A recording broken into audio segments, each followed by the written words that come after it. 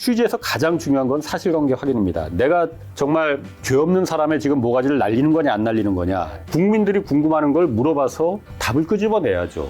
그러라고 이 사회가 기자들한테 사회적인 특권을 갖다가 부여해 준 거거든요.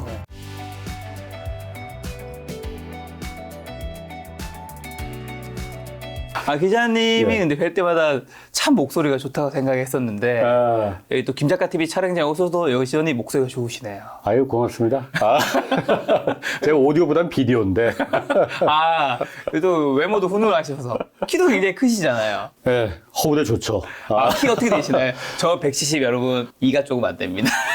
저는 184예요. 소수적에 인기가 굉장히 많으셨겠네요. 뭐 지금도 많아요. 알겠습니다.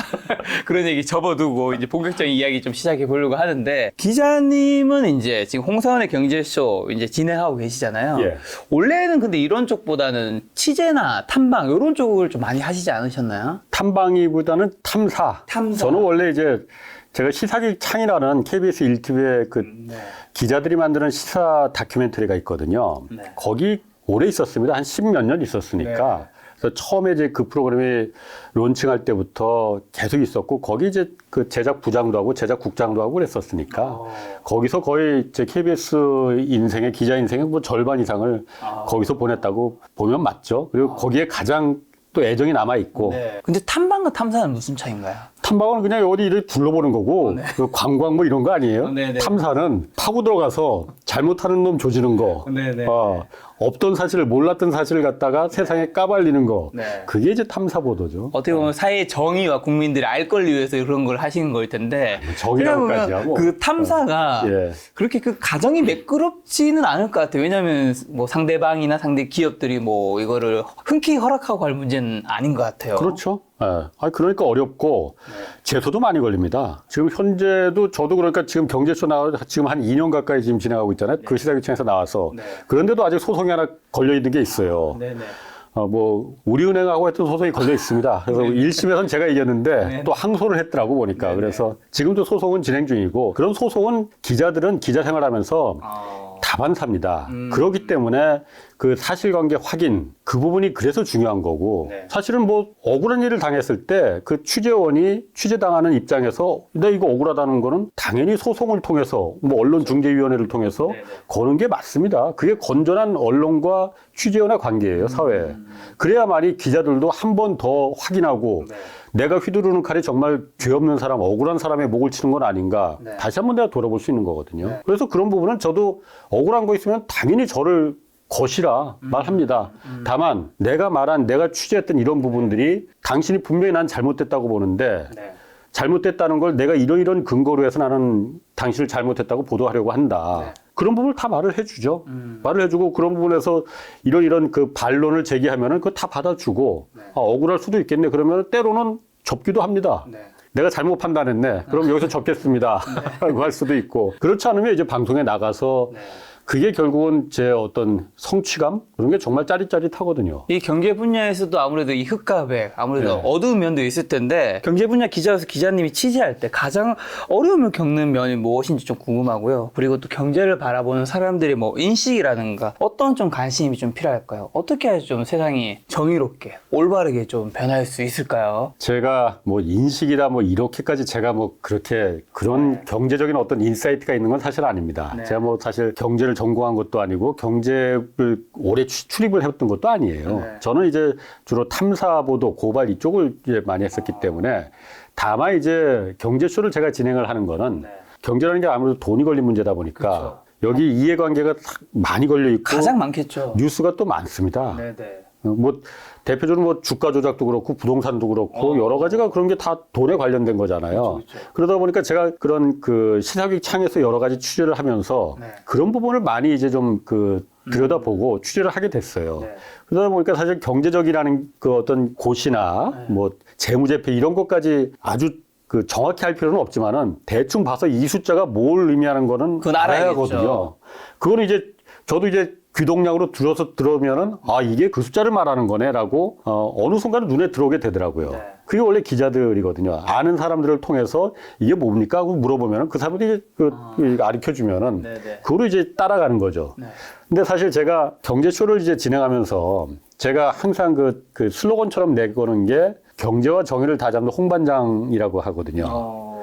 사실 경제하고 정의라는 거는 언뜻 보면은 정반대 개념이거든요. 왜요? 왜 반대? 왜냐면은 우리 사회에서 그 경제라는 거는 네네. 예를 들어서 일반 투자자 입장에서 봤을 때 경제적인 정의라는 거는 내가 투자한 그 기업이 수익을 잔뜩 최대한 끌어올리기 위해서는 있는 사람들 최대한 쥐어짜고 임금 박하게 해주고 인력 최소한으로 줄여서 생산성을 최대한 높여서 네네. 실적을 영업이익을 가장 많이 내는 게 그래서 내 투자자인 나한테 많은 이득을 가져다 주는 게 투자자 입장에서의 경제적인 정의입니다. 그렇죠. 그렇지만은 우리가 보편적인 사회에서 생각하는 정의라는 건 그거하고는 아니잖아요. 아니죠. 그렇기 때문에 일반 그 경제와 정의가 어떻게 같이 갈 수가 있느냐라고 말하는데 그 이 투자자 관점에서 그 경제와 정의가 같이 못 가는 그 상황이 그런 경제가 얼마나 오래 지속될 수가 있겠느냐.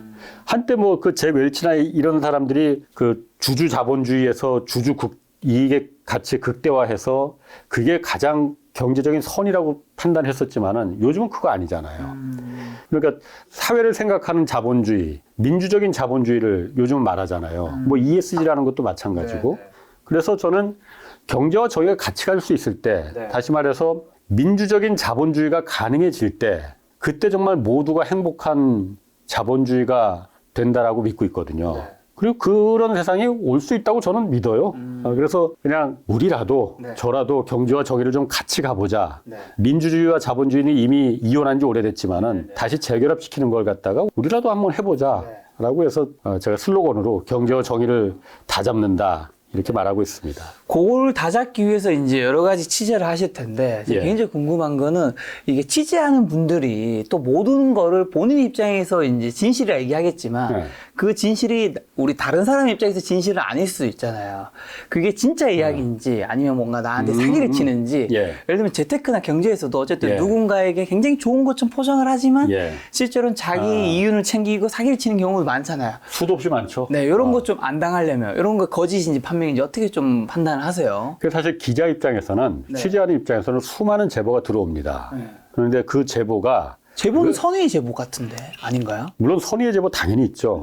뭐 공익적인 목적을 위한 제보도 있고 당연히 있죠. 그런 게 우리 사회를 지탱하게 만드는 원동력이죠. 그렇죠. 그렇지만은 많은 제보들은 이해관계가 얽힌 제보가 굉장히 많거든요. 내가 예를 들어서 그 어떤 사람이 제보를 받는데 야 보니까 김 작가가 그 보니까 그 사기만 치고 다니고 이런 사람이더라 이런 거 내가 그 김 작가가 쓴 뭐 이거 뭐 있는데 이거 내가 당신한테 제보한다 하면은 김 작가가 없어져야지 해피한 누군가가 있다. 이해관계가 있는 제보가 상당수입니다. 실제 대부분의 제보는 사실 그런 이해관계에서 출발하거든요. 그러니까 기자 입장에서는 초년병 기자 시절 때는 사실 그런 부분이 구분하는 게 쉽지 않거든요. 정말 진짜 같거든. 저 사람 말이 거짓말하는 것 같지 않아. 진짜 같거든. 그러면은 이 말에 의해서 전원에 의해서 취재를 하고 기사를 쓰는 경우가 많습니다. 실제로. 그런데 그게 결국은 진짜 한 방에 가는 거거든요. 그래서 기자가 진짜 해야 될 거는 그 제보가 오는 거 당연히 고맙죠. 그러면은 그 제보가 진짜냐 아니냐. 그걸 따져봐야 되는 거거든요. 그게 사실관계 확인이거든요. 취재에서 가장 중요한 건 사실관계 확인입니다. 내가 정말 죄 없는 사람의 지금 모가지를 날리는 거냐 안 날리는 거냐. 더군다나 KBS 공영방송의 이 취재라는 거는 굉장히 날카로운 칼이지 않습니까? 그렇죠. 제가 휘두르게도 저도 버거울 지금 연차에도 저도 버거울 정도의 일종의 권력입니다. 근데 이게 정말 죄 없는 사람을 목을 날리면 안 되는 거잖아요. 그래서 그 수많은 사실관계를 확인할 때 제가 항상 후배들한테도 좀 얘기를 하는데 저는 저 나름대로 사람은 누구나 다 거짓말한다고 저는 생각을 합니다. 그렇게 믿고 있습니다. 누구든지 자기 입장에 따라서 자기 이해관계에 따라서 거짓말을 할 수 있다. 저 사람이 나한테 말하는 게 심지어는 자기가 거짓말을 하고 있는 걸 모르는 상태에서 막 인지 부조화 상태에서 거짓말을 하는 경우도 수없이 많아요. 실제로. 그런 경우 그럼 그 제보 듣는 기자들 입장에서는 그걸 어떻게 판단을 하느냐. 저만의 노하우는 저는 숫자를 따라가는 버릇이 있거든요. 취재할 때.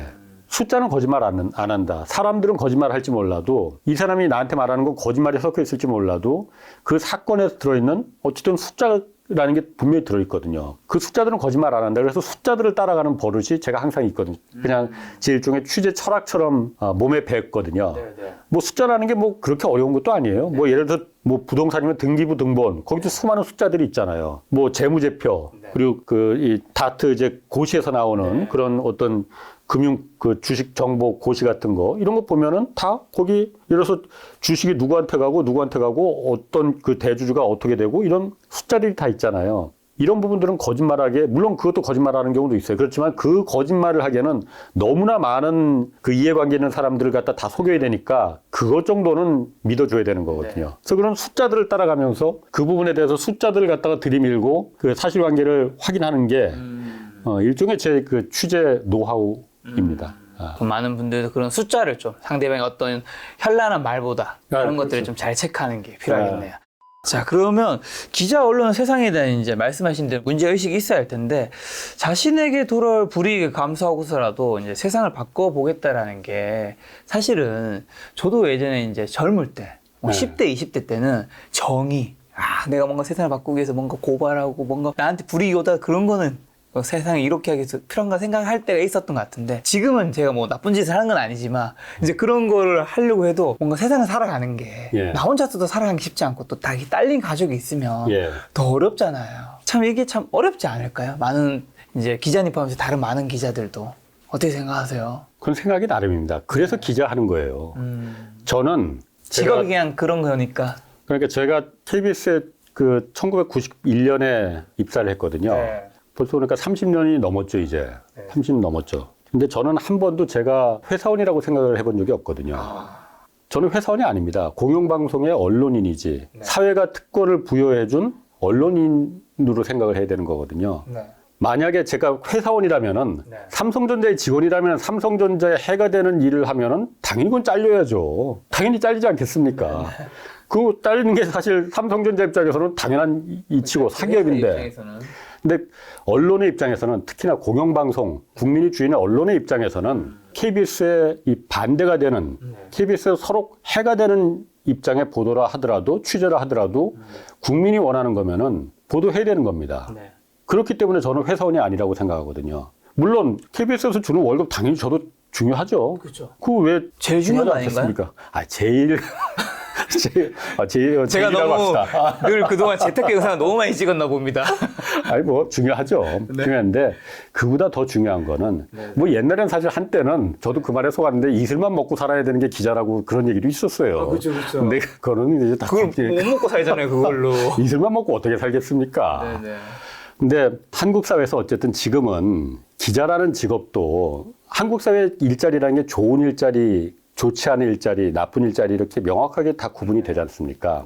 기자라는 직업, 여러 가지 많은 언론사들이 있지만 어쨌든 그 평균적으로 기자라는 직업은 좋은 일자리에 속하거든요. 근데 좋은 일자리에 속할 때 제가 뭐 어쨌든 이런 기회가 있으니까 말하자면은 삼성전자에 들어가든 판검사가 되든 의사 변호사가 되든 다 우리 사회 좋은 일자리잖아요. 어쩌다 부모 잘 만나서 돈 많은 부모 만나서 그래도 좋은 고등학교 들어가는 게 우리 사회의 어떤 공식처럼 돼 있습니다. 좋은 고등학교 들어가면은 거기서 무슨 뭐 외고니 특목고니 이름도 알 이상한 뭐 그런 고등학교를 왜 만들어놨는지 모르겠지만은 그런 고등학교 사실 돈 없는 부모 만나면 들어가기도 힘들어요. 힘들죠. 당연히 돈을 어쩌다가 재수 좋게 돈 많은 부모 만나서 좋은 고등학교 들어가고 그럼 좋은 학원 다닐 수 있을 거예요.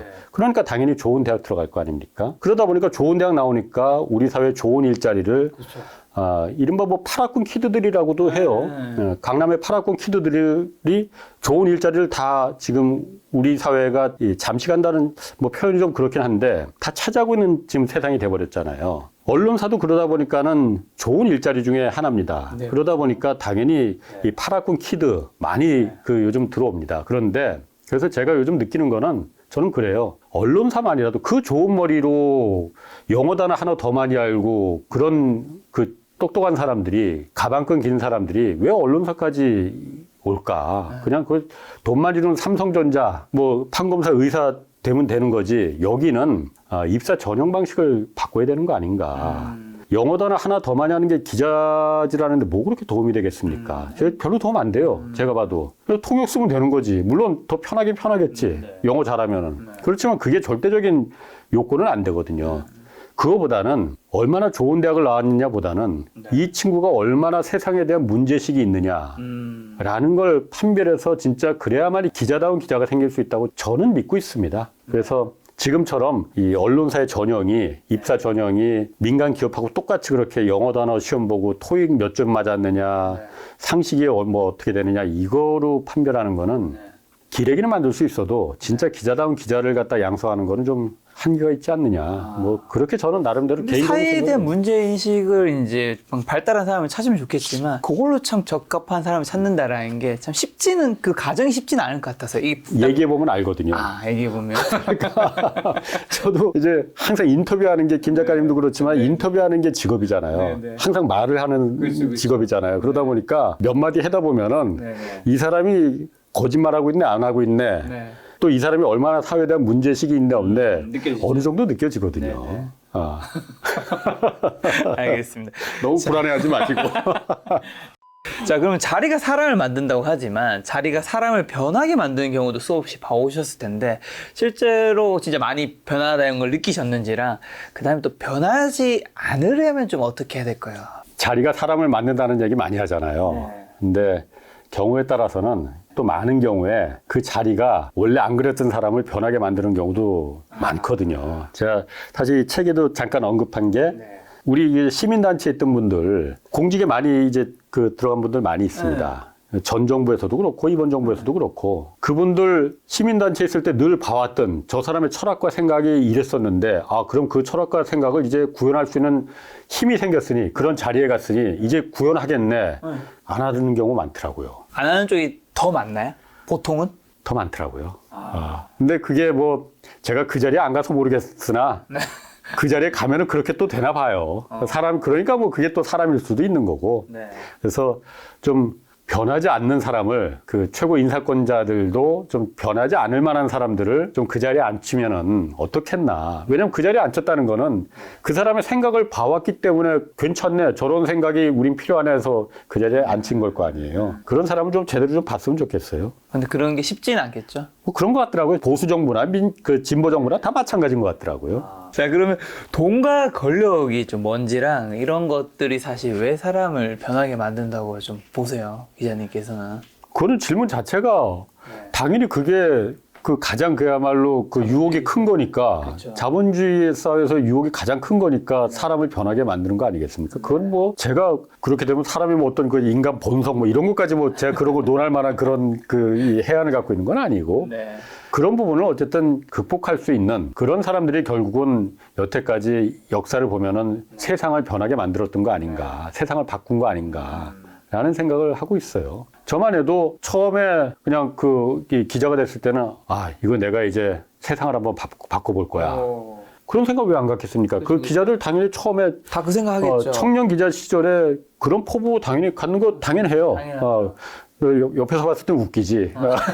그런데 드라마 너무 많이 봤네. 하지만은 그런 생각 가질 수 있거든요. 그리고 또 아까도 잠깐 말했지만 자기가 가진 칼이 그만큼 큰 아주 강력한 무기라는 걸 자기도 알고 있고 그러다 보니까는 그런 생각 가질 수 있습니다. 그런데 변하는 사람 많거든요. 기자들도 그렇고 정치인도 그렇고 시민단체도 그렇고 우리 사회에서 그러지 않았던 사람들인데 왜 저렇게 변했을까?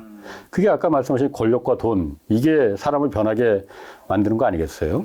저도 정말 도저히 이해할 수 없는 정도로 변해버린 사람들도 있습니다. 뭐 제가 누구라고 말하지 못하겠지만 그것도 전 정부도 마찬가지고 이번 정부도 마찬가지고 도저히 어떻게 저렇게까지 변할 수 있을까 저 사람이 라고 생각되는 부분들이 있거든요. 근데 그게 바로 권력과 돈의 힘 아닌가 그 유혹의 힘 아닌가라고 생각을 하고 그런데 변하지 않는 정말 극소수의 사람들 몇 명이 세상을 바꾸고 있는 것 아닌가. 그리고 그런 사람들이 좀 많이 좀 등용됐으면 좋겠습니다. 그럼 여기서 한 가지 더 궁금한 게 이제 기자님 31년 동안 하면서 그런 분들 많이 봐오셨으니까 이제 거기서 변해서 돈과 권력 쪽으로 가신 분들은 뭔가 어쨌든 뭐 윤리적으로 몰라도 뭐 금전적으로 좀 더 윤택해지셨을 것 같은데 거기 굴하지 않으면서 변하지 않은 분들의 삶은 더 좋아지셨나요? 좀 어떻게 됐어요? 좋아지지도 않고 나빠지도 않고 뭐 그냥 자기 스타일대로 사는 사람들 뭐 그냥 늘상 그렇죠. 뭐 더 크게 흥하지는 않는 것 같더라고요. 확실히 그쪽으로 안 가는 이상. 그렇죠. 아니 김 작가님이 생각을 해보세요. 만약 최종 인사권자야 그러면은 내 말을 잘 듣는 사람을 아무래도 더 곁에 두고 더 많은 권력을 쥐어주고 싶지 않겠습니까? 대부분의 사람들이 누구나 어쩔 수 없는. 왜냐하면 그렇지. 내가 뭔가 하려고 했을 때 대부분 그렇죠. 딱 하는데 다 막가서고 하면. 네. 근데 어쨌든 저는 제가 만약에 그 최종 그 인사권자 권력자라고 한다면 만약에 그렇다면은 그러지 않을 것 같아요. 이게 옳은 거죠. 나를 누군가는 견제를 해주고 그쵸. 그럴 수 있는 사람이 더 필요한 거 아닌가. 근데 쉽지는 않겠죠. 내가 그 자리가 안 됐으니까 이런 말을 하는 건지는 모르겠지만은 나중에 사실 자리가 그렇게 홍상 돼야만. 기자님도 변화시킬 수 있다. 라는 생각이 드는데. 자, 오늘 이제 첫 번째 주제 한번 여쭤보려고 하는데요. 재건축, 재개발 이슈인데요. 지금 단계에서는 이제 간과해서는 안 될 어떤 선결 과제가 있을까요? 우리나라 모든 재건축 재개발 사업에 이게 왜 문제라는 걸 저는 사실 둔촌 주공 재건축 사태가 보여준 하나의 그 상징이라고 보거든요. 둔촌 재개발 재건축은 사실 제가 여기도 2019년도에 여기도 그러니까 처음에 설계 변경하면서 그 시공단이 현대건설을 포함한 그 시공단이 공사비를 잔뜩 부풀렸다고 해서 처음에 이게 문제가 됐었거든요. 그래서 저도 그때 취재를 이때 했었고 그때 제가 시사기 창에 만들었던 다큐멘터리 제목이 착한 재개발 재건축이에요. 착하지 않으니까 착한 재개발 재건축은 어떤 게 있겠냐 이렇게 했을 거 아닙니까? 둔촌 문제는 다른 거 없습니다. 딱 한 가지입니다. 거기 둔촌에 원래 살고 있었던 그리고 아니면 그 낡은 아파트를 투기의 목적으로 구입했던 조합원과 이 사람들이 시공을 맡겼던 건설사 둘이 한 푼이라도 더 사회야 개판이 되든 말든 한 푼이라도 더 올려받기 위한 탐욕이 부르는 이제 참사였다라고 저는 판단을 하거든요. 왜냐면은 잘 아시다시피 여기가 일반 분양을 안 했잖아요. 이제 뭐 다음 달에 12월 달에 한다, 뭐 내년 초에 한다, 뭐 이런 얘기는 나오지만은 여태까지 벌써 이게 공사가 시작된 게 2019년 12월인데 원래 공사가 되면은 원래 재개발 재건축 공사라는 게 과정이 모르시는 분들도 많을 테니까 하면은 그것부터 좀 차근차근 설명을 드리는 게 나을 것 같아요. 먼저 조합이 결성되면은 조합이 재건축 허가를 다 받기 전에 시공사를 먼저 선정을 하거든요. 자, 우리 이거 때려 부시고 새 아파트 지어줄 건설사를 이제 선정을 합니다. 그러면 건설사를 선정할 때는 간이라도 빼줄 것처럼 공사비도 최저로 그냥 거의 남는 것도 없이 정말 안 남아 보여요. 최저가로 막 입찰을 막 붙거든요. 그리고 이것도 공짜로 해주겠다, 저것도 공짜로 해주겠다, 잔뜩 다 합니다. 둔촌도 마찬가지였어요. 그래서 일단은 그러면 조합은 투표를 해서 선정을 하거든요. 시공사를. 예를 들어서 A건설을 갖다 선정했다. 가장 낮게 싸주고 공짜로 뭐 많이 해준다니까. 그러면은 대개 그 공사비로다가 끝까지 가면은 그 건설사는 망합니다. 남는 게 하나도 없어요. 대개 어떤 재개발 재건축 단지마다 다 설계 변경이라는 게 그 다음에 이루어집니다. 진짜 본 공사 들어가기 직전에 뭐 예를 들어서 2주 다 하고 이제 철거하고 그래서 더 이상 조합원들이 빼도 박도 못하는 상황일 때 근데 뭔가 변경해야 될 것 같다. 설계 변경을 이루어집니다. 물론 설계 변경을 안 한다고 하면 안 할 수 있어요. 그건 조합원들이 투표를 거쳐서 해야 되니까. 그래서 이제 조합 임원들, 조합장과 시공사 간의 이제 유착이 검은 거래가 이루어지는 거거든요. 항상 그러니까 빵에 들어가는 사람 조합장들 나오지 않습니까? 그러다 보니까는 조합원들 입장에서는 시공사가 설계 변경을 하면서 공사비를 갖다가 추가로 요구를 하죠, 당연히. 근데 그때부터 진짜 시공사에 마진이 나오는 겁니다.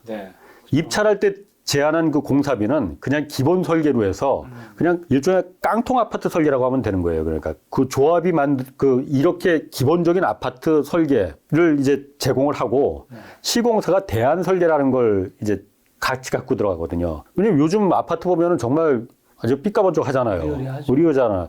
근데 원래 조합이 우리 아파트를 지어달라 구청에 허가받기 위해서 하는 기본 설계라는 거는 그런 아파트 설계가 아니거든요. 그러니까 그런 아파트는 조합원들이 원하지 않지. 아파트 값도 그럼 안 오르고. 그러니까 시공사가 원하는 그 대안 설계를 갖다가 채택하면서 설계 변경을 일단 합니다. 한 번만 하는 게 아니고 한 두세 번 해요. 뭐 이것도 지하 공간도 지하 주차장도 좀 더 넓혀야겠다. 그럼 설계 변경 한 번 할 때마다 공사비가 꽁충꽁충 뜁니다. 그럼 배보다 배꼽이 커지는 건 아니지만은 배만큼 배꼽이 됩니다. 그러면 그때는 조합원들은 이미 2주 다 했고 철거 다 했고 다시 와서 시공사가 공사비 잔뜩 올려서 시공사도 뭐 남겨야 되니까 흑파사 장사할 수는 없는 거니까 요구한다고 해서 야, 원래 그런 거 아니었잖아. 우리 다시 물릴래. 시공사 다시 선정해. 이럴 수 없는 거거든요. 그때부터는 완전히 시공사를 한번 선정하고 난 다음부터는 그냥 갑과 을이 완전히 뒤바뀌는 거거든요. 끌려다닐 수밖에 없습니다. 그렇기 때문에 시공사가 공사비를 설계 변경을 통해서 잔뜩 올리거든요. 잔뜩 올리는데 그럼 조합원들도 당연히 불만이 머리까지 차죠. 차겠죠. 그럼 이거 아니 돈 벌려고 지금 재건축 지금 했는데 잘못하면 이거 돈 버는 게 아니고 지금 이 거덜나게 생겼다. 돈이 얼마가 추가 분담금을 우리한테 내라는 거 공사비가 이렇게 올라가면은 처음엔 10원 한 장 안 들고 내 새 집 새 아파트 준다고 했는데 보니까 이게 뭐 1,000만 원, 2천만 원, 1억, 2억 이렇게 막 그 내라고 분담금이 생길 수도 있는 거 아니냐. 불만이 높아질 거 아닙니까? 그러면 그때 시공사가 조합원 총회에 가서 말을 해요. 여러분들 걱정하지 마시라. 이거 공사비 조금 올라가는 거 아무것도 아니다. 옆에 딴지 받지 않느냐. 작년에 재건축된 여기 보면은 공사비 올라가더라도 일반 분양가 최고로 우리가 만들어주겠다. 우리나라 아파트는 이상하게 뭐 레미안, 푸르지오, 뭐 자이 이런 브랜드 대기업들이 뭐 냉장고나 텔레비전처럼 브랜드화 시켜버렸잖아요. 그렇죠. 아파트도. 그러다 보니까 대기업이 자신들의 마케팅 능력을 이용해서 그 브랜드를 최대한 이용해서 분양가를 최대한 끌어올립니다. 시공사는 그냥 시공만 하고 건설만 하는 거잖아요. 분양은 조합이 하는 겁니다. 원래는 시행사가. 시행을 조합이 하니까. 근데 우리나라는 브랜드 마케팅을 이용해서 시공사가 분양을 다 실제로 해줍니다. 왜냐? 조합은 아무것도 모르니까. 조합원들이 건설에 대해서 뭘 알겠습니까? 그렇죠. 그냥 그 동네에서 조합장이라고 해봤자 그 동네에서 인테리어 사업 몇 년 했던 그래서 조금 좀 안다 하는 사람이 그냥 조합장 되는 거예요. 이 사람이 시멘트 한 포가 얼마고 철근이 한 포가 얼마고 철근공이 하루 일당이 얼마고 이걸 어떻게 알겠습니까? 그러니까 시공사에 그냥 다 맡겨버리는 거거든요. 알아서 해다오. 우리는 그냥 이거 평당 2천만 원짜리 한 3천만 원 받았으면 좋겠다. 그럼 시공사는 3천만 원 해줄게. 우리가 우리 마케팅 브랜드를 이용해서 대신 시공비는 좀 올려줘야 돼. 서로 악어와 악어새가 합의를 하는 거거든요. 그러면 아파트 값은 올라가는 거죠. 그 피해는 오로지 그 주변 사회가 다 떠안는 겁니다. 이게 맞는 거냐 이거지. 둔촌이 바로 그랬거든요. 둔촌이 거의 조 단위의 그 공사장이잖아요. 지금 원래는 2조 6천억짜리 공사였는데 시공단이 설계 변경을 하면서 6천억 원을 갖다 증액을 이제 요구했거든요. 6천억이면 한 4분의 1을 더 올려달라고 한 거잖아요. 그렇죠. 그러니까 처음에는 이거를 조합장이 2조 6천억이 3조 2천억으로다가 올려줘야 된다라고 하면서 그 조건을 지금 그 조합장은 잘렸습니다. 그 조합장이 여기 아파트 일반 분양가가 평당 3,500만 원을 받을 수 있다고 받게 해주겠다. 시공단이 그거 약속했다. 뭐 어디 써서 약속해 준 건 아닙니다. 구두로 약속했겠죠. 구두로 약속했으니 3,500이면은 돈 한 푼 안 들이고 새 아파트 들어갈 수 있다. 10원 한 장 안 들이고. 그래서 이제 조합원들이 다 투표해서 도장 찍어서 찬성 도장해서 일단은 올려준 거거든요. 그런데 나중에 3,500만 원을 받을 거라고 다 생각을 했는데 조합원들은 그러면 내 돈 한 푼 안 들이고 새 아파트 들어가서 몇십억의 자산이 이제 늘어나는 그 이제 기대에 부풀었는데 보니까 허그를 하고 있지 않습니까? 그 주택보증금융공사 여기서 분양할 때 이제 그 아파트가 끝까지 다 어떻게 될지 모르니까 분양 보증을 해주는 거잖아요. 여기서 대신 분양가를 통제를 하거든요. 2,900만 원 정도의 분양가를 분양하라고 나온 거예요. 그러니까 조합원들이 난리가 났지. 아니 분명히 그때 우리가 공사비 증액하고 그럴 때는 2,900이 아니고 3,500 받아준다고 하지 않았느냐. 이러면 내 돈이 1억이 들어가야 되는데 추가 분담금이 1억이 들어가야 되는데 조합원 한 가구당 따고 못 내겠다.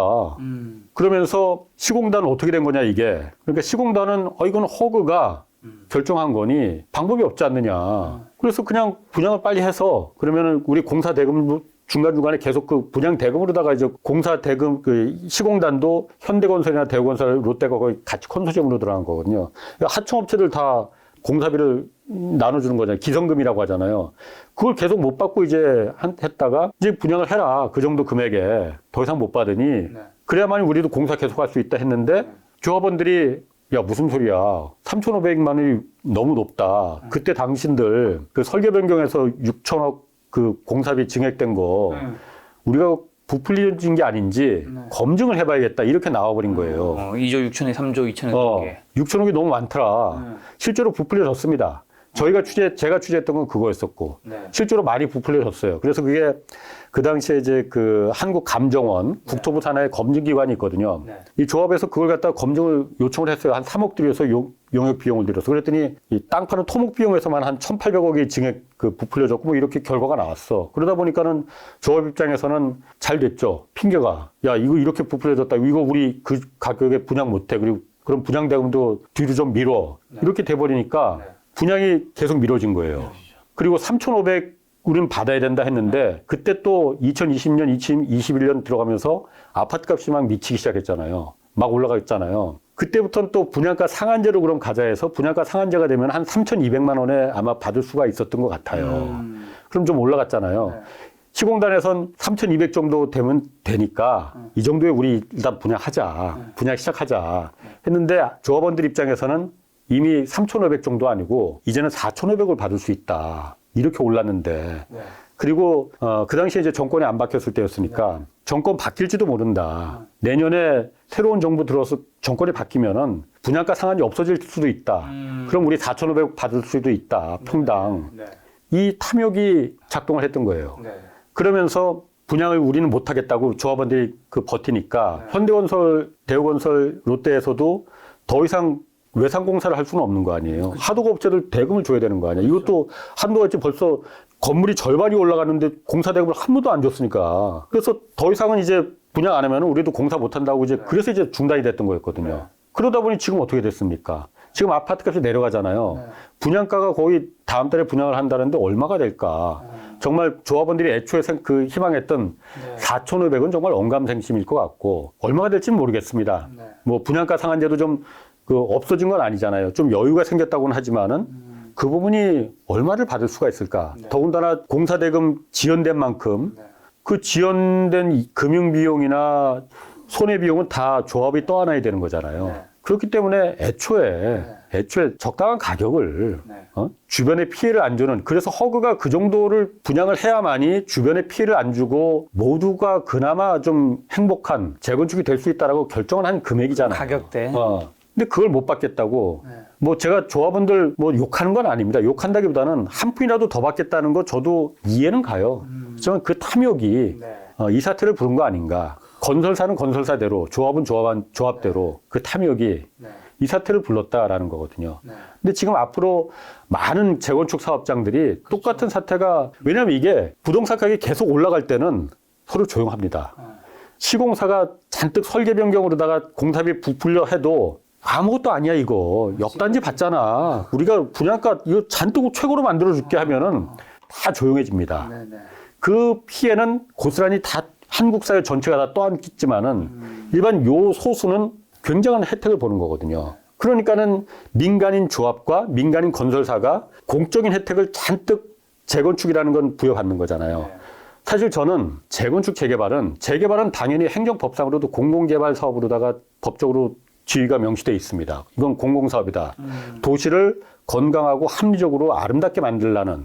하지만 재건축은 그렇지 않거든요. 근데 재건축도 부여받는 혜택은 똑같습니다. 재개발이나. 대표적인 게 용적률입니다. 용적률 뭐 250% 그 종에 따라서 다르지만은 250% 아니면 300% 부여받잖아요. 용적률이라는 게 사람들이 잘 몰라서 그러는데 그냥 예를 들어서 100이라는 땅이 있으면 100평이라는 땅이 있으면 여기 1층짜리 100평 건물을 지면 그게 용적률이 딱 100%거든요. 200%를 주면은 100층짜리 100평짜리 건물을 2층 지을 수 있는 거거든요. 300%는 3층 지을 수 있는 겁니다. 1층짜리 한 층 갖고 있던 주인들이 2층, 4층 올라가는 거는 자기 재산이 그냥 돼버리는 거잖아요. 그렇죠. 이거 다른 데 팔아서 내 건물을 공짜로 새로 지을 수 있는 돈을 버는 거잖아요. 근데 이게 용적률은 굉장한 혜택이잖아요. 이렇게 보면은. 근데 용적률을 많은 분들이 착각하는 게 그냥 하늘에서 뚝 떨어진 내 개인 재산권이라고 생각하거든요. 첨부의 재산권이라고 생각하거든요. 그 개인 재산 아닙니다. 용적률이라는 거는 공동 재산이에요. 이 사회를, 이 동네를 합리적으로 만들어라. 이 정도 용적률이 적용돼야만이 이 동네는 그만큼 그 건강해질 수가 있다. 합리적일 수 있다라고 그 사회가 부여해 준 거거든요. 그 이득을 오로지 왜 민간인 조합과 건설사가 나눠 가집니까? 외국에서는 용적률을 공짜로 안 줘요. 돈 받고 팝니다. 필요한 용적률을 그 해당 지역 주민들이 우리는 이거 용적률 200%인데 지금 한 300% 필요하다 그러면은 100%돈 주고 사와야 돼요. 그게 맞는 거죠. 그런데 우리나라는 용적률이라는 걸 공짜로 주고 또 거기 강제 수용권이라는 걸 주지 않습니까? 어떤 재개발, 재건축 단지도 모든 그 조합원들이 다 찬성하지 않아요. 거기서 한두 명은 이해관계에 따라서 나 이거 재건축 반대한다. 난 반대일세 하고 들어눕거든요. 근데 우리나라는 3분의 한 70% 정도가 동의하면은 강제로 쫓아내거든요. 정말 강제로 쫓아내는 강제 수용권이라는 공산당 같은 권한을 주거든요. 왜냐? 도시를 건강하고 합리적으로 아름답게 만들라는 공공사업의 성격이 갖고 있기 때문에 라는 거거든요. 그 혜택은 공적인 혜택은 혜택대로 다 주면서 모든 이득은 왜 민간 소수의 민간이 다 가져가느냐. 그리고 나머지 주변 민간한테 그 피해를 다 왜 전가를 시키느냐. 이건 맞지 않다는 거죠. 말씀하신 대로 재개발과 재건축이 도시 정비 차원의 환경 개선 면에서 필요한 사업인데 여러 곳에서 블랙홀에 빠지는 근본적인 이유는 결국에는 기자님 말씀하신 탐욕 때문이다. 탐욕을 욕할 수는 없어요. 그건 인간의 본능이기 때문에 그 탐욕을 억제하는 거는 강제적인 법규와 제도입니다. 그 수많은 그 재건축 재개발을 통해서 불로소득이 잔뜩 커지다 보니까 그 불로소득을 보고 투기꾼들이 뛰어드는 거잖아요. 그게 결국은 집값을 거품을 계속 만들고 집값을 뛰게 올리게 되고 결국은 그 피해를 사회가 떠안는 구조가 돼버리는 거잖아요. 그걸 막을 수 있는 거는 못 막는 것도 아니에요. 막는 거는 공공입니다. 그게 바로 공공의 역할입니다. 공공이 들어가는 게 왜 공공이 들어가야 되느냐? 공공사업의 성격을 갖고 있잖아요. 그래서 공적인 혜택을 잔뜩 주잖아요. 엄청난 용적률이라는 혜택을 주고 강제 수용권이라는 혜택을 주고 그 외에도 여러 가지가 있습니다. 그런 혜택을 주는데 왜 공공이 뒷짐지고 그걸 바라보고만 있느냐? 민간끼리 나눠먹는 거예요. 이득이 조합원이랑 시공사한테만 가는 거는 불합리하다. 맞지 않죠. 그래서 지난 정부에서 그 변창흠 장관이 재개발 재건축을 공공 주도로 가는 부분을 이제 드라이브를 걸었었잖아요. 지금까지는 완전히 민간 주도였잖아요. 이게 사유재산이라는 명목 아래, 물론 사유재산 맞습니다. 사유재산이니까 이거는 공공이 강제할 수 없는, 공공이 들어가면 이건 빨갱이 그 공산당이다. 그러니까 이거는 민간끼리 뚝딱뚝딱 해서 다 나누어 가져야 된다. 그리고 박수치고 끝내야 된다라고 그 논리였었는데 그러려면 공적인 혜택을 주지 말아야죠. 1대1 재건축해야 됩니다. 그러면 정말로 공공이 들어갈 명분이 없어집니다. 그렇지만 1대1 재건축하는 거 아니잖아요. 그렇게 하면 어느 누구도 재건축 안 합니다. 200%, 300% 용적률을 올려줘서 남아야만이 내 집을 공짜로 지을 수 있어야만이 재건축이 가능한 거거든요. 그러니까는 여기서 발생하는 불로소득이 너무 과하다 보니 민간이 너무 과한 불로소득을 가져가다 보니 이게 사회적인 문제가 되고 그러니 좀 불로소득을 아예 안 갖고 가는 건 아니고 그렇게 되면 난리가 나니까 좀 덜 갖고 가자. 절반은 공공이 갖고 가서 공공의 목적으로다가 활용하자. 재건축을 하면은 그 제도로다가 공공 주도 개발이라는 걸 들고 나왔던 거거든요. 그래서 예를 들어서 그 100이라는 그 불로소득이 나오면은 거기서 50만 민간이 좀 갖고 가고 나머지 50은 공공이 갖고서 그 주택으로다가 공공 임대로도 이제 활용을 하고 이런 식으로 좀 활용하자. 그러면 용적률도 좀 더 높여줄게. 왜냐면 공공 진짜 그러면 공공적인 사업이 되는 거니까 공적인 혜택을 부여할 수 있는 조건이 되는 거죠. 근데 그게 실패했죠. 왜 실패했을까? 두 가지가 있습니다. 일단 첫 번째는 일단 재건축 사업이 그동안에 집값이 계속 오르기만 하는 상황에서 재건축이라는 건 돈이 되는 사업, 그리고 여기는 불로소득이 잔뜩 일으켜지는 사업, 이거는 다 내 돈, 이 고정관념이 다 뿌리박혀 있었거든요. 그러다 보니 공공이 들어오면은 일단 분양가를 컨트롤할 거다. 왜냐하면 조합 대신에 공공이 분양을 하는 거거든요. 공공이라는 건 다른 거 아닙니다. SH나 LH, 뭐 이겁니다. 부산이면 부산, BH가 될 수 있고 경기도면 경기개발공사, 공공기관 있잖아요. 여기가 이제 그 시행사가 된다는 거거든요. 그렇다고 무슨 LH 아파트를 짓는다는 게 아니고 시행사가 돼서 너무나 여기서 빠삭하게 잘 알고 있으니 시공사들, 건설사들 잘 입찰 들어와 봐봐. 우리는 이런 민간 조합하고 달리 시멘트 합법값이 얼마인지 철근이 얼마인지 우린 다 알아. 니들보다 더 잘 알아. 그러니 속일 생각하지 말고 입찰가 한번 내봐봐. 그리고 설계 변경 이런 거 하지도 말고 우리가 대안 설계 우리가 다 할 테니 니들은 그냥 짓기만 하면 돼. 이걸 하겠다는 거거든요. 그러면 공사비 뻥튀기 못 시키죠. 건설사들이 일단 굉장히 불만이 많았습니다.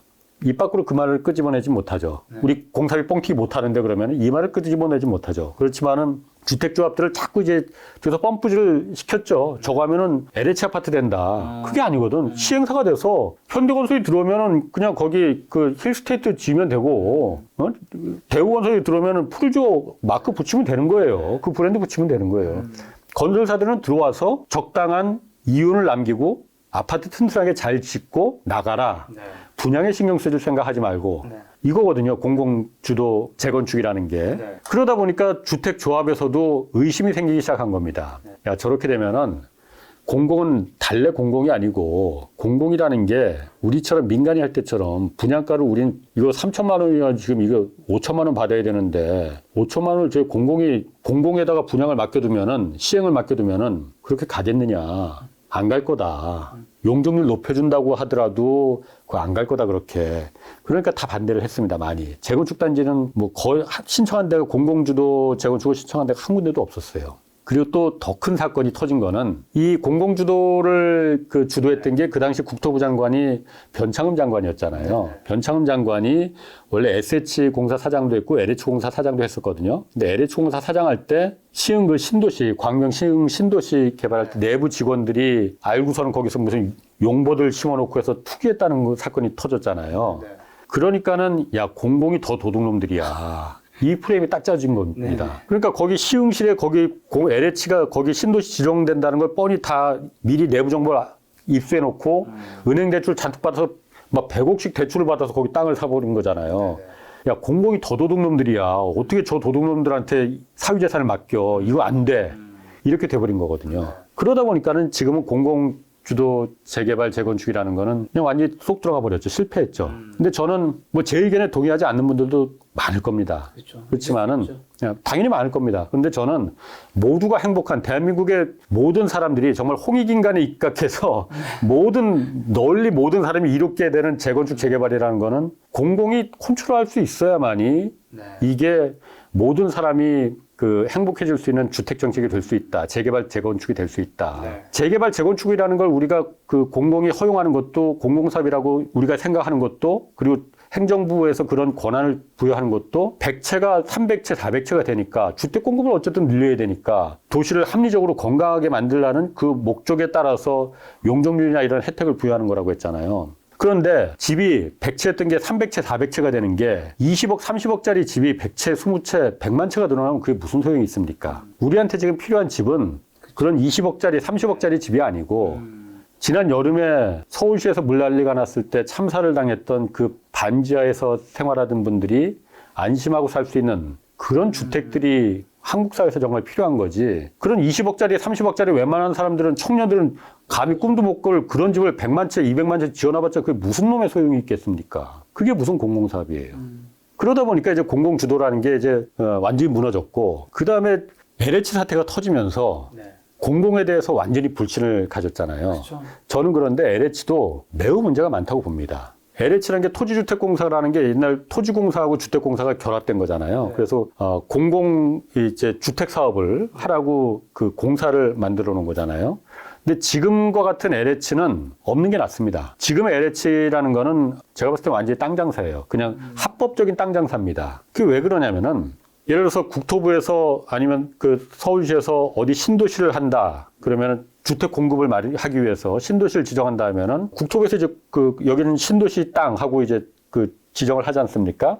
그러면은 거기를 갖다 실제로 가서 작업을 하는 거는 매입하고 그러는 건 전부 다 LH 삽니다. LH에서 신도시가 될 그 거기 있는 원주민들 일단 다 쫓아냅니다.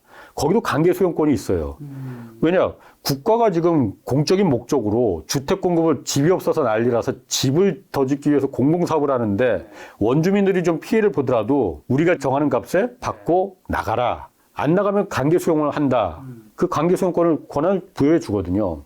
그러면은 제가 판교를 한번 예를 들어 볼게요. 판교가 그 당시에 그 신도시로 지정되면서 거기는 이제 농경지들이 원주민들이죠. 원주민들한테 이 땅을 얼마에 샀느냐. 강제 매입한 물론 그러니까 아주 옛날에 진짜 헐값에 샀는데 요즘은 그렇게 또 아주 헐값에 사지는 못해요. 그때 평당 93만 원에 수용을 했거든요. 그 땅을 평당 93만 원에 수용을 해서 거기다 바로 아파트를 지을 수는 없으니까 LH가 거기다 이제 도로 놓고 전기 깔고 상하수도 시설하고 이런 택지 기반 조성을 합니다. 물론 돈 들어가죠. 공사비 들어갑니다. 그럼 그 공사비가 얼마나 들어가겠느냐. 이 땅을 다시 그렇게 조성을 하고 택지로 만들 전 단계까지 다 조성을 하고 민간 건설사들한테 다시 팝니다. 현대건설, 대건설한테 팔아. 얼마에 팔았느냐. 평당 790만 원에 팔았습니다. 그때. 93만 원에 사서 790만 원에 팔았어. 물론 시설공사 전기 깔고 도로는 그 공사비가 있긴 있지만은 이윤을 남았는데 너무 많이 남겼지. 네, 8배네요. 그렇게 되나요? 그러네. 790만 원에 팔았어요. 그럼 현대건설, 대건설이 이 땅을 790만 원에 LH한테 사서 여기다 아파트 짓습니다. 아파트 지어서 평당 그때 얼마에 분양이 됐냐, 판교가 1,600만 원에 분양됐거든요. 근데 여기는 용적률을 160% 허용해 줬기 때문에 실제로 판 거는 평당 2,600만 원에 팔렸습니다. 현대건설, 대우건설, GS건설 여러 가지 건설사들이 평당 93만 원짜리가 2,600만 원이 됐잖아요. 30배가 뛰는 이 마법이 지금도 대한민국 곳곳에서 벌어지고 있습니다. 단계를 건너뛸 때마다 이 불로소득이 몇십 배가 뻥뻥 튀겨지는 이 불로소득을 보니 LH 내부 직원들이 너무나 잘하는데 그걸 보고서는 나는 LH 직원이니까 나쁜 짓 하면 안 돼. 참아야 돼. 가능하겠냐 이거죠. LH는 공공이 강제 수용해서 그 권한까지 부여받아서 싼 값에 토지를 수용했으면은 싼 값에 아파트를 지어서 싼 값에 분양을 해야 됩니다. 그러라고 LH가 있는 거거든요. 그걸 왜 민간한테 공공사업이라는 이유를 들이대면서 강제로 뺏어서 다시 비싼 값에 현대건설, 대건설 같은 민간건설사에 왜 민간에 다시 팝니까? 그게 무슨 놈의 공공사업이에요.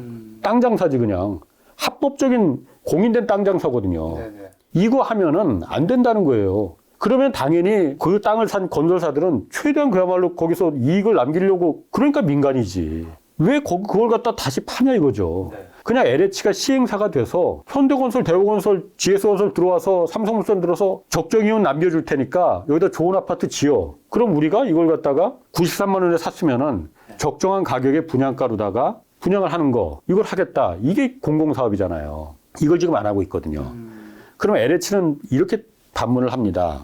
만약에 우리가 그 돈을 팔지 않고 민간한테 팔지 않고 우리가 직접 다 시행을 해서 하면은 우리 다 망한다. 그 돈을 다 어디서 조달을 하느냐 우리가. 지금도 LH 적자인데 그 돈을 몇 조 원의 비용을 갖다가 우리가 다 아파트 완공될 때까지 분양될 때까지 그 금융 비용을 우리가 다 책임지라고 하면은 우리 다 망한다. 직원들 월급도 못 준다라고 얘기를 하거든요. 방법이 없는 것도 아니에요. 그 땅을 어쨌든 거기는 부동산이잖아요. 한국 사회에서 부동산보다 더 강력한 담보가 뭐가 있겠습니까? 그 부동산을 담보로 해서 채권을 발행하라는 거예요.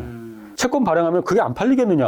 부동산이 담보인데 당연히 다 팔릴 겁니다. 수익률이 뭐 대박일 정도로 좋지는 않더라도 국민연금이나 이런 데서 당연히 안정적인 그건 떼일 염려가 없을 채권이니까 사줄 수 있는 채권이 될 수 있을 거예요.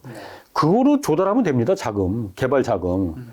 그렇게 해서 공공의 역할을 해서 싼 값에 사서 푸르지옥 아파트, 자이 아파트, 레미안 아파트 지어서 일반 국민들한테, 서민들한테 적당한 가격에, 합리적인 가격에 10억, 20억짜리가 아니고 정말 합리적인 가격에 공공이 공급할 수 있는 가격에 공급하면은 집값이 이렇게 미치겠느냐.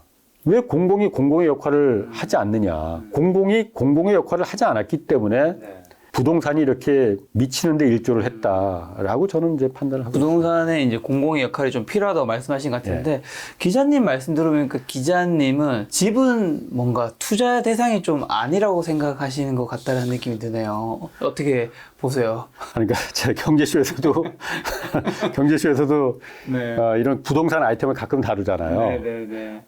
물론 저하고 생각이 다른 제 말이 다 맞는 거 아닙니다. 그냥 저는 제 나름대로 의견이에요. 정말 제가 기자라는 게 그거잖아요. 여러 사람들의 의견을 들어보고 저 사람 의견이 맞는 것 같네. 그럼 이 의견이 더 합리적인데 맞는 것 같은데 라는 걸 말해주는 게 언론의 역할이잖아요. 저는 투자라는 게 주식이나 채권 이런 비트코인까지도 하여튼 여러 가지 투자 상품이 있지 않습니까? 근데 그런 상품들은 10명이면 10명이 다 같이 웃을 수 있거든요. 울 때는 10명이 다 같이 울기도 하지만은 다 같이 웃을 수 있는 투자 상품이 될 수 있거든요. 그렇지만 부동산은 10명이 웃으면은 반드시 10명은 울어야 됩니다.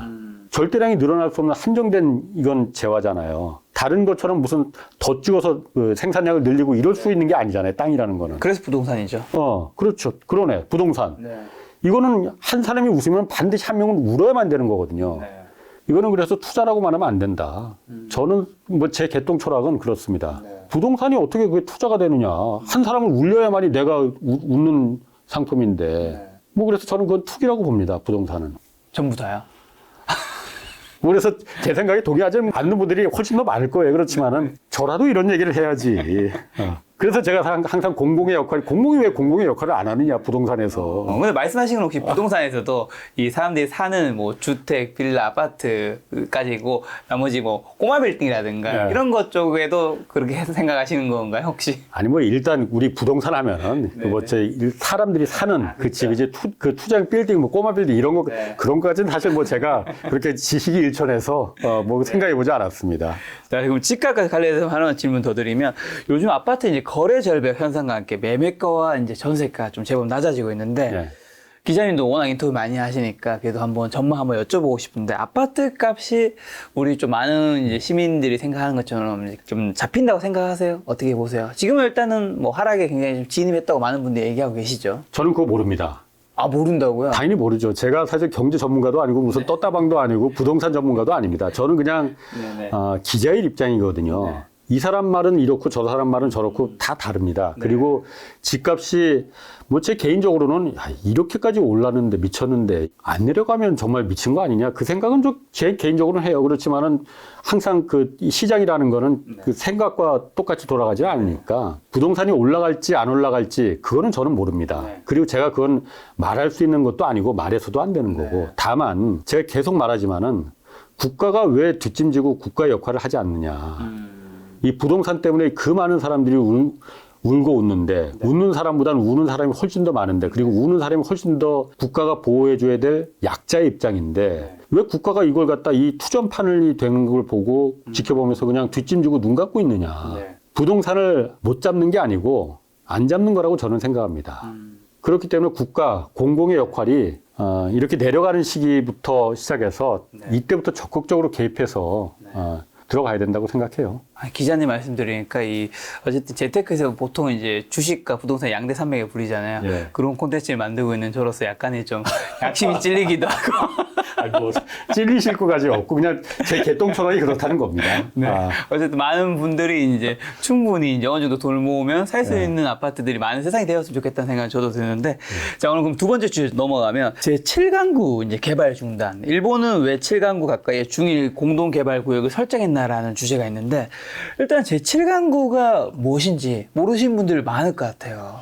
제 연차면은 다 알 겁니다. 다 어렴풋이 기억날 거예요. 옛날에 대중 가요도 있고 그랬었으니까. 네네. 뭐 제7광구에서 뭐 요즘으로 말하면 이효리지. 그때 아이돌이었으니까. 네네. 석유난다고 해서 네. 우리 이제 곧 사우디아라비아 같은 부자 나라 된다고 1970년대 그러니까 박정희 전두환 시대 때 그때 한참 막 들뜨게 만든 게 있었어요. 네네네. 그 대륙붕 7광구가 뭐냐면은 네. 대륙붕입니다. 그러니까 그 제주도 남쪽에 네. 그 위치가 제주도 남쪽에 우리나라라는 게 그 삼면이 다 바다지만은 네. 얕은 서해하고 남해는 굉장히 얕잖아요. 그렇죠, 그렇죠. 대륙붕이라고 그 위치가 어디냐면은 여기 책에 보면은 여기 나와요. 그리고 여기 제주도 남쪽에 네. 뭐 있어요. 네. 여기를 갖다 그러면은 왜 우리가 지금 얘기를 하는 거냐? 네. 그 당시에 1968년에 유엔에서 유엔의 극동아시아 경제위원회라는 기구가 있었대요. 네. 여기서 극동아시아 지역의 그 자원 탐사를 대대적으로 한번 했었나 봐요. 뭐 왜 했는지는 모르겠지만 아마 거기 뭐 석유 메이저들이 관여하고 그랬으니까는 자원 이제 개발하는 걸 목적으로 했겠죠. 그때 1968년에 보고서가 하나 나왔는데 동아시아 동중국해 그러니까 이 대륙붕 7광구 그 지역을 포함한 그때까지는 7광구라는 게 없었습니다. 동중국해 요쪽에 매우 어마어마한 세계에서 가장 석유 매장량이 큰 자원이 있을 가능성이 매우 높다라고 보고서가 나와버린 거예요. 그래서 그 다음에도 또 여러 가지 몇 가지 보고서가 나오면서 여기에 사우디아라비아에 뭐 천연가스가 많은데 천연가스 가능성이 더 많은데 사우디아라비아에 10배나 더 많다. 뭐 이렇게 막 보고서가 나온 거예요. 그러다 보니까 1968년 그때 이제 박정희 정권 때였잖아요. 박정희 정권 때 그때 석유가 한 방울이 아쉬운 시기였었는데 그 보고서 유엔에 더군다나 유엔에서 이걸 갖다 공인된 기관에서 이 보고서가 나와버리니까 여기 우리 땅하고서 그냥 선포를 해버린 거야. 제주도 남쪽에 이게 7광구는 우리 땅하고. 근데 그게 위치상으로 보면은 사실 거리상으로는 일본이 훨씬 더 가깝거든요. 아, 진짜요? 뭐 일본 오키나와 바로 코앞이에요. 네. 근데 그 당시에는 국제해양법상 이게 우리 땅이라고 말할 수 있는 법적인 근거가 있었어요. 국제해양법상. 그 당시 국제해양법은 어느 나라에 같이 붙어 있느냐 이거보다는 땅속의 대륙붕은 어디에서 이렇게 쭉 연결돼 있느냐 이거로다가 했거든요. 네네네. 근데 공교롭게도 이게 한국에서 쭉 연결돼 있고 네. 일본 오키나와 바로 그 앞으로는 깊은 그러니까 해구라고 해서 해저 골짜기 깊은 이제 그 단절돼 있는 거야. 네. 그러다 보니까 일본 입장에서는 국제해양법상으로는 네. 한국. 자기네 땅이 아닌 거예요. 그렇죠. 근데 어쨌든 표면상으로 봤을 때는 오키나와 바로 코앞인데 일본 입장에서는 억울하죠. 더군다나 그 당시에는 한국과 일본의 국력 차이가 뭐 비교도 안, 지금하고 비교도 안 됐잖아요. 엄청 낮죠. 그러니까 일본이 야 그게 무슨 한국 땅이야. 니들 정신이 있어 없어. 우리 코앞인데. 그래서 그래도 그 박정희 정권이 양보 안 했습니다. 저는 그거 하나는 정말 잘했다고 봐. 네. 이게 독도보다 더 중요하다. 이거 우리가 일본에서 차관을 그때 일본에서 차관을 받기로 했었거든요. 원조 차관을. 그래서 포항종합제철소 짓기로 했었거든요. 포항제철 이거 좀 힘들더라도 차관 못 받더라도 이거 우리 포기하면 안 된다. 독도보다 이게 더 중요하다. 지금 석유가 이렇게 많이 있다는데 네. 포기 안 하니까는 일본에서 이제 제안을 해왔거든요. 야 그러면은 국제해양법상도 이게 한국 땅이 맞는 것 같긴 한데 그래도 일본하고 바로 코앞에 있으니까 우리 반반씩 나누자 이거. 공동개발 구역이라는 조약을 맺어서 네네. 한일 간에 공동개발해서 뭐 나오면은 반씩 나누자 이렇게 조약을 맺은 거예요. 네. 그래서 실제로 그 1978년에 조약을 맺었거든요. 네. 1978년에 조약을 맺어서 1980년대 그때 들어서 막 여기 한 7군데를 실제로 막 뚫었어. 시추를 해봤어요. 네. 면적이 굉장히 넓거든요. 남한 땅 면적이 한 80% 정도 면적이니까 굉장히 넓은 면적인데 그중에 가능성이 있는데 먼저 7군데를 먼저 한번 뚫어봤더니 그중에서 한 3군데서 뭐가 나오긴 나왔어요. 많이 나오진 않았습니다. 천연가스하고 석유가 조금 나오긴 나와서 보였어요. 그러니까 있다는 거는 증명이 됐는데 많이 나오진 않았죠. 그러면서 여기가 가능성이 있다 그래서 더 계속 해보자 했는데 네. 1986년에 갑자기 일본이 다 철수를 해버립니다. 네. 왜요? 표면적으로 내세운 이유는 여기 석유 없다. 가능성 없다. 괜히 더 해봤자 돈만 낭비고 시간 낭비다. 그러니까 우리 안 할래 하고 철수를 해버린 거거든요. 네. 그러니까 한국 입장에서는 그러면은 그 당시에는 사실 한국이 뭐 자금도 없었고 석유를 치출할 수 있는 그런 기술이 있었던 것도 아니고 그러니까 철저히 일본에 의존할 수밖에 없었는데 다 철수해 버리니까 아니 그러면 어쨌든 한국 그러면은 다른 나라 미국 회사를 불러서라도 독자적으로 개발했으면 되는 거 아니냐 했는데 1978년에 맺은 그 한일 공동개발 조약이 네. 단서 조항이 여기를 개발하려면 탐사를 하더라도 시추가 아니라 탐사를 하러 들어갈 때도 한국과 일본이 합의해서 항상 같이 들어가야 된다. 이 단서 조항이 있었거든요. 그러다 보니까 일본이 빠져버리면 한국이 혼자 들어갈 수가 없는 상황이 돼버린 거예요. 그렇죠. 그러다 보니까는 일본은 여기 가능성 없어. 네. 표면적인 이유는 그렇게 내세웠는데 네. 그래서 지금까지 한 지금 몇십 년이 흐르는 동안에 네. 여기는 뭐 시추는 그 이후에 86년 이후에 시추는 고사하고 탐사선 한번 들어가 본 적이 없어요. 근데 일본이 그럼 여기를 왜 그때 철수를 했겠느냐. 네. 실제로 그런데 거기가 가능성이 있는 이유 중에 하나는 네. 7광구 한일 공동개발 조약이 맺어진 이후로는 JDG라고 이름도 바뀌었어요. 조인트 디벨롭먼트 존에서 공동개발 구역이다라고 그 7광구 바로 옆쪽에 보면은 중국의 해상 유전들이 4개가 지금 설치가 되어 있거든요. 2000년대 초에 개발이 됐습니다. 네. 그래서 실제로 거기서 석유를 하고 천연가스를 뽑아서 상하이까지 해저 파이프라인을 건설해서 옮겨가고 있거든요. 매장량이 얼마나 되는지는 중국 정부가 발표하지 않습니다. 다만 해저 파이프라인까지 건설해서 할 정도로 보면은 양이 적진 않을 거다. 네. 그리고 어쨌든 유엔에서 전 세계에서 가장 큰 유전이 여기 있을 가능성이 있다라고 그냥 했겠습니까? 달 유엔인데 그래도. 그러니까 그 7광구도 다 이게 연결이 돼 있는 데거든요. 네. 그러니까 이 가능성이 있다고 보는 거죠. 네. 근데 일본은 왜 철수를 했겠느냐?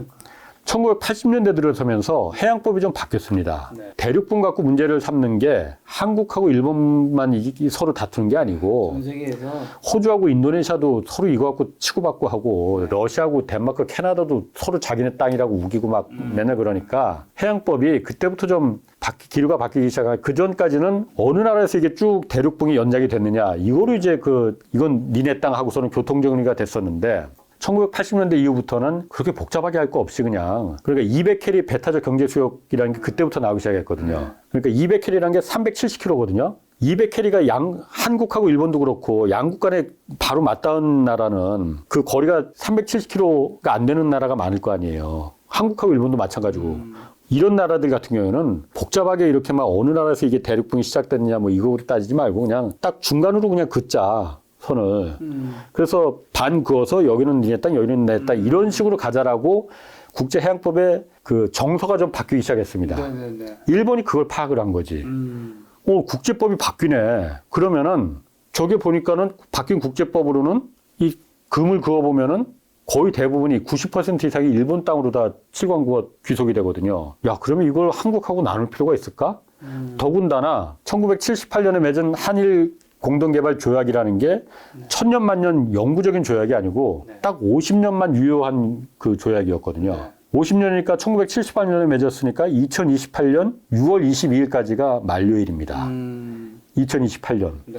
자, 그러면 땅속에 있는 석유가 뭐 어디 도망가는 것도 아닌데 50년만 지나면은 이거 다 일본 거 되네. 한국하고 굳이 뭐 이걸 나눌 필요가 뭐가 있을까? 제가 일본이라도 일본 입장이라도 그렇게 생각했을 것 같아요. 그렇죠. 그래서 여기 경제성 없어. 우린 빠질래 하고 다 빠졌고 우리 빠졌으니까 한국 니들도 여기 들어오면 안 돼. 이렇게 돼버린 겁니다. 그러니까 한국도 거기에 그 국제법이 좀 기류가 바뀌었다는 걸 이제 알았으니까 그럼 뭔가 좀 적극적으로 했어야 되는데 우리나라는 적극적으로 안 했어요, 여태까지. 그냥 일본이 안 한다니까 아 이건 방법이 없네. 그럼 시간이 흐르면 흐를수록 보나마나 결과는 뻔한 거거든요. 2028년 되면은 일본 땅 되는 겁니다, 그냥. 그리고 일본은 분명히 그때 되면은 독자 개발한다고 뭐 할 가능성이 있어요. 근데 2028년 되기 전에 조약에 또 한 가지 그 조건이 만료되기 3년 전에, 그러니까 2025년 6월 22일이죠. 3년 전에 한일 양국이 이거 조약을 50년까지 잘 왔는데 나머지 또 추가로 50년 더 연장을 할래 안 할래 서로 통보하게 되어 있거든요. 그게 2025년 3년 뒤입니다. 이번 정부 이제 그 후반기죠. 그때 일본은 분명히 우린 조약 더 이상 연장 안 할래 라고 할 게 확신합니다. 만약 계속 연장할 거였으면 이때까지 이렇게 질질 끌 이유가 하나도 없었죠. 한국은 조약을 연장하고 싶어도 일본이 우린 깰래 하면은 그냥 깨지는 거고 그럼 이제 일본은 당연히 수수는 뻔합니다. 야, 이거 이제 그 조약이 없어져 버렸으니까 이제 국제재판으로 가서 교통정리하자. 금 긋자. 그럼 중간선으로 그으면은 일본 땅이 되니까는 이제 이거 우리가 일본이 개발할래 라는 상황이 될 수 있는 거죠. 그렇죠. 근데 또 한 가지 변수가 여기 지금 중국이 숟가락을 얹기 시작했거든요. 중국이 또. 왜냐면 1978년 그 조약이 맺어질 당시만 해도 그때는 중국이 아니라 중공이었죠.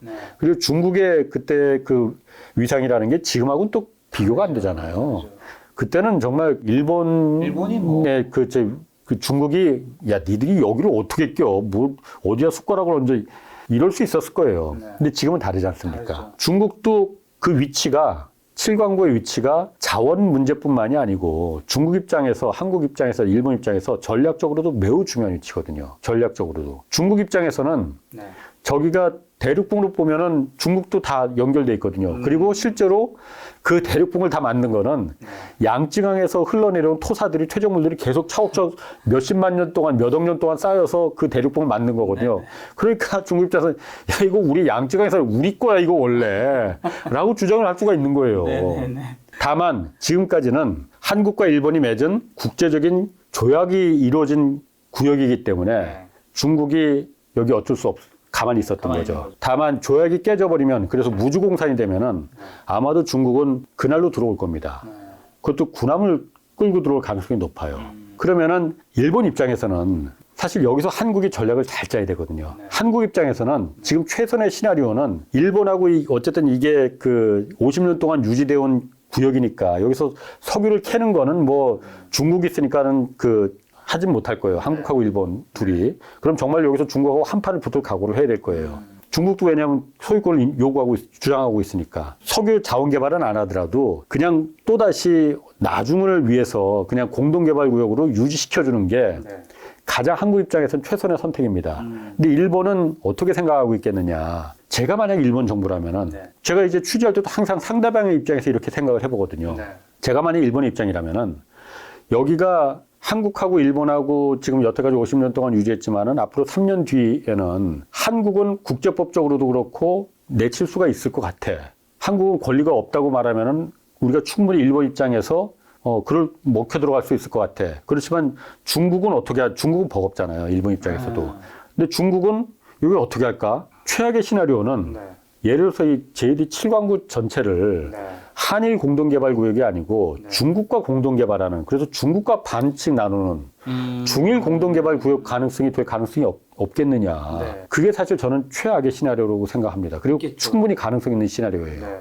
그럼 일본 입장에서는 한국이 만약 끼면 3등분 해야 되지만 중국 하면 2등분이잖아요.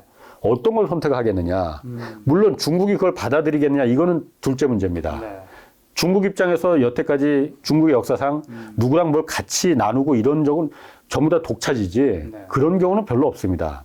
그렇지만은 중국 입장에서도 전략적으로도 매우 요충지고 네. 일본과 그걸 공동개발구역으로다가 설정을 해버리면은 네. 중국이 전략적으로도 활용할 수 있는 요건이 되잖아요. 그게 사실 우리한테 최악의 시나리오죠. 네. 더군다나 일본이 참 이게 보면은 네. 그 일본의 그 이중성에 대해서 제가 지적을 안 할 수가 없는 게 제가 이 그 취재를 거의 10년 넘게 지금 2009년부터 지금 붙잡고 있으니까 네. 10년 넘게 지금 취재를 하고 있는 거거든요. 다큐멘터리도 이거 관련해서만 3개를 만들었으니까 1시간짜리를. 네. 2009년에 처음 이걸 만들었어요. 그때 하여튼 외교부에서 외교부 아는 형님이 지금 정부에서 말도 안 되는 짓거리 이거 칠광구 일본에서 지금 넘기려고 한다고 말도 안 되는 짓거리 한다고 그래서 저도 그래서 그때 칠광구 얘기를 어렴풋하게 어렸을 때는 알고 있었던 건데 그때 다시 한 거거든요. 그래서 아 진짜 그러냐고 그래서 하라고 했더니 진짜 그렇더라고요. 그래서 그때부터 이제 이걸 잡기 시작한 거거든요. 그래서 2009년도에 일본 경제산업성에 한번 저희가 인터뷰를 취재를 갔어요. 네. 그때 처음으로 일본 자원을 관리하는 건 일본 경제산업성이거든요. 핸들링 하는 거는. 그래서 여기서 처음이자 마지막으로 한국 언론의 인터뷰를 받아줬어요. 그다음부터 일절 한국 언론 인터뷰 안 받아줍니다. 네. 그때 한번 당했기 때문에.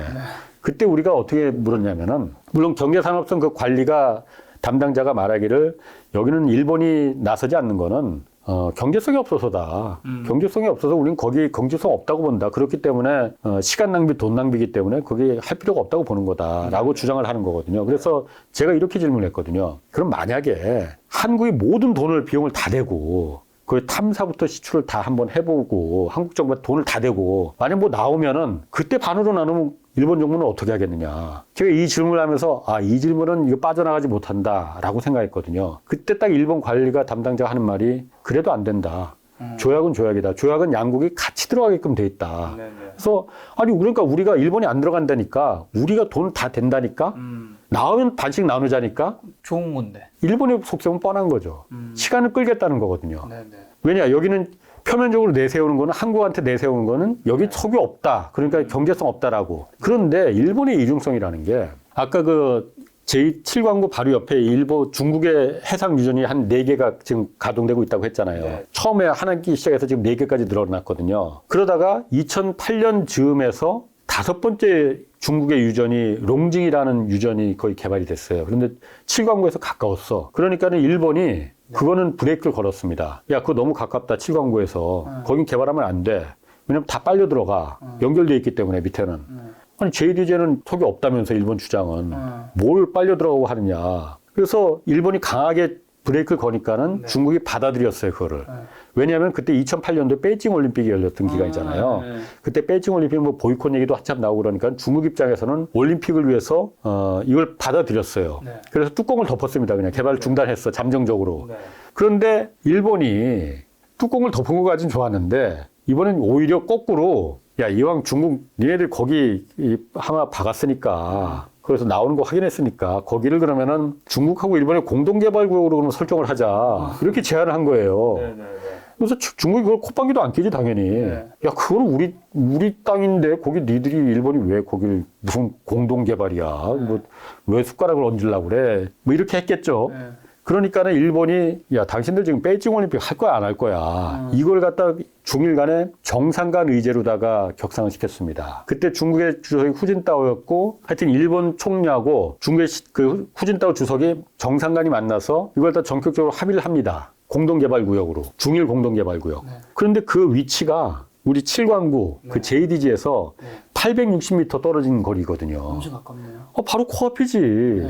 그러니까 이 7광구는 석유 없으니까 한국 이거 우리 안 해라고 주장을 하면서 860m 떨어진 자리에다가는 일본이 읍소해서 정상끼리 이거 의제로 하자. 니들 중국이 혼자만 이거 먹으면 안 된다. 중일 공동개발구 설정을 하는 게 말이 되느냐 이거죠. 기자님께서는 있다고 생각하시네요. 거기 석유가. 제가 확인해 보지 않았으니까 그걸 단정적으로 말할 수는 없을 겁니다. 네. 그렇지만 일본의 지금까지 행태로 봤을 때는 네. 그리고 중국이 계속 해석 유전을 거기서 가장 이제 깊어지는 부분이 이제 칠광구하고 그 해상 중국 유전들하고 겹쳐지는 부분이거든요. 네. 석유가 있을 가장 가능성이 높은 부분이. 그러니까는 가능성은 높다고 보죠. 근데 일본이 계속 그렇게 그 축구로 말하면 침대 축구로 계속 시간을 질질 끄는 거로 봐서는 네. 그런 거 아니겠느냐. 그래서 중국하고는 저렇게 읍소하면서 제발 좀 우리 중일 공동개발구역으로 해달라 하고 한국한테는 네. 2028년이면 이제 끝나는 거니까 한국은 이제 왕따시키기 위해서 배제시키기 위해서 저렇게 거부하고 이런 거 아니냐. 여기서 한국의 전략이 그래서 참 중요한 거예요. 어떻게 해야 되죠, 이거를? 아니, 지금 국제법상, 저는 이제 당연히 우리나라 편이지만, 일본 입장에서 한다면 또 국제법상은 2028년이 되면 또 뭔가 그쪽으로 유리해지는 것 같고, 또 우리나라가 뭐 일본과 중국 완전히 또 배척할 수도 없고, 그렇다고 우리가 또 자원을 우리 거라 생각하고 있는데 그걸 빼앗길 수도 없고, 그렇죠. 어떻게 이거를. 우리한테 유리한 싸움은 아닙니다. 근데 국제법이라는 거는 네. 국제법에 우선하는 거는 양국 당사자 간의 합의거든요. 그게 더 우위에 있는 거거든요. 그렇죠. 합의하는 것보다 더 우선할 수는 없는 거니까. 없죠. 국제법상으로 한국과 일본이 사이가 나빠져갖고서 이거 재판까지 가서 교통정리해서 금긋자 이렇게 하면은 모르겠지만은 양국이 여태까지는 이 그 국제적인 조약에 의해서 50년간 평화롭게 여기가 유지가 됐던 거잖아요. 그리고 원래는 양국이 이걸 뭘 해보자는 목적으로 다 여기를 그은 거잖아요. 설정을 한 거잖아요. 조약을. 그래서 실제로 80년대 초까지 계속 양국이 공동으로 했다가 일본이 빠져버린 거잖아요. 한국은 그래도 그 이후에도 계속 뭔가를 좀 시도를 했습니다. 2020년도에도 문재인 정부 때 이제는 더 이상 시간이 없다 해서 우리가 일방적으로 들어갈 수는 없으니 우리는 여기 들어가겠으니 일본 다시 한번 답을 달라. 일본도 이번에도 역시 무시했어요, 그냥. 근데 이런 게 나중에 재판으로 갈 때 다 하나의 실적이 되는 거거든요. 우리는 뭔가 여기 그 조약의 원래 취지에 맞게끔 신의성실의 원칙에 맞게끔 뭔가를 계속 하려고 했는데 일본이 되도 않는 이유를 대면서 다 빠져버린 거다. 그러니까 여기는 우리가 지분을 요구할 권리가 있다. 이게 재판에서 실적이 될 수가 있는 거거든요. 그런 부분이 이제 국제법에 더 우선할 수도 가능성이 뭐 그건 길고 짧은 건 대봐야 하겠지만은 어쨌든 그냥 놔두면은 그냥 뺏기는 거예요.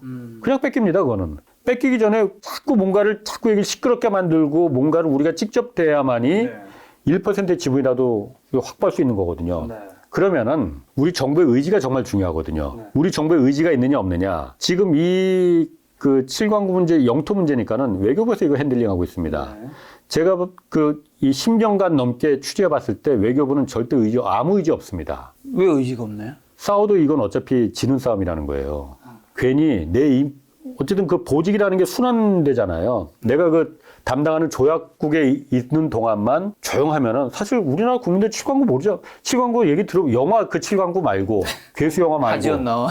네. 안성이나 그거 말고 실제로 있다는 걸 아셨어요? 아니, 잘 몰랐습니다. 대부분이 모릅니다. 왜냐?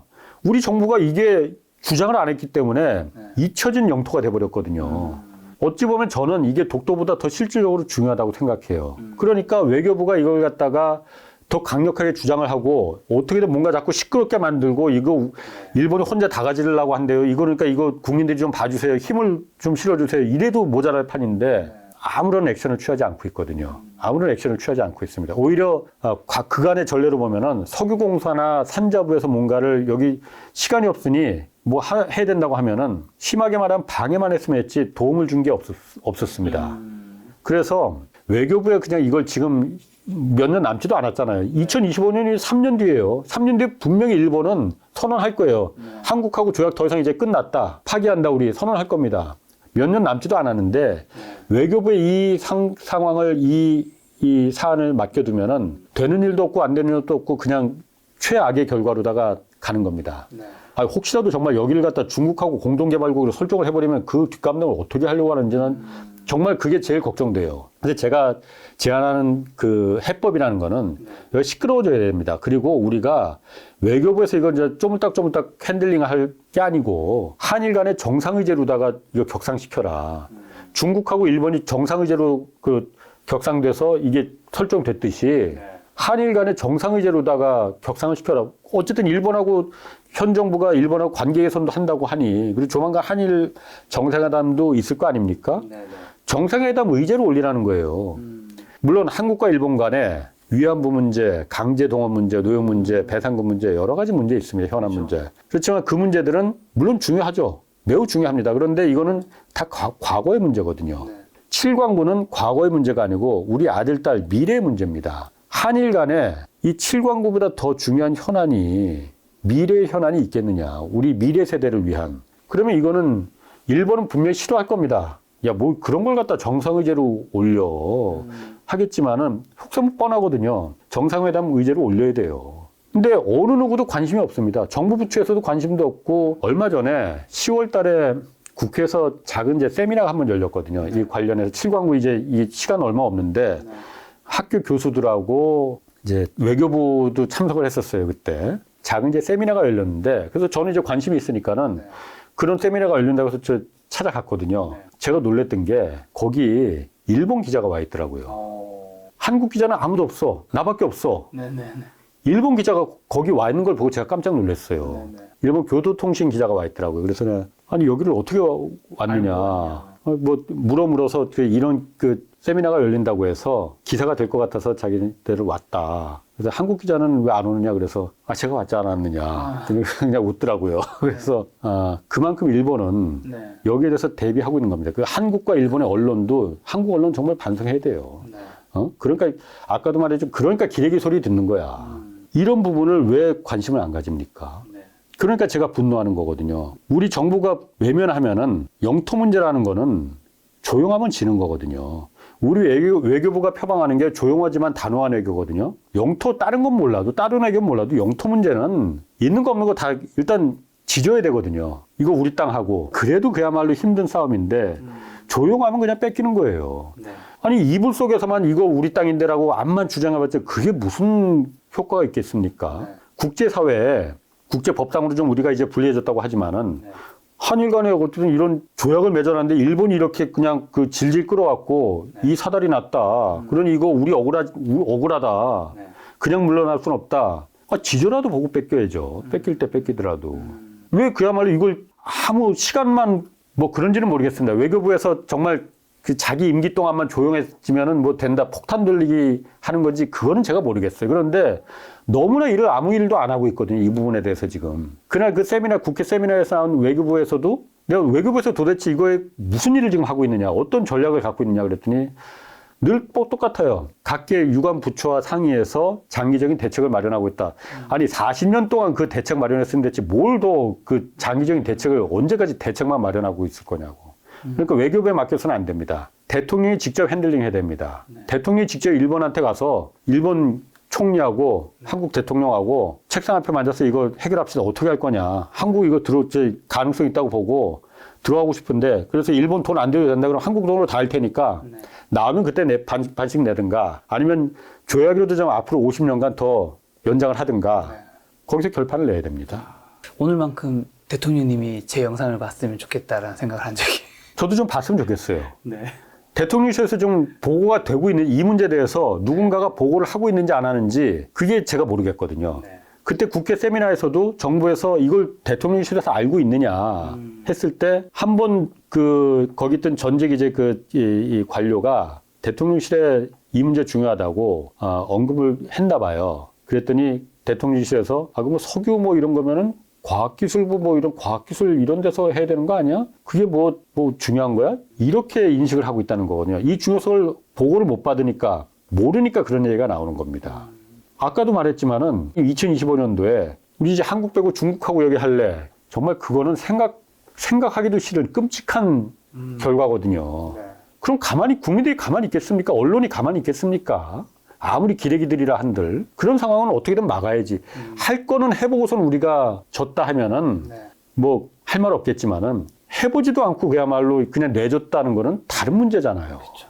오늘 영상을 통해 좀 많은 분들이 칠광구에 대해서 알았으면 좋겠다는 생각이 들었는데요. 마지막으로 기자님한테 요 질문 한 가지 드려보고 싶어요. 오늘 이제 크게 우리가 주제 나누는 게 재건축 재개발 이슈, 그 다음에 칠광구 관련된 거잖아요.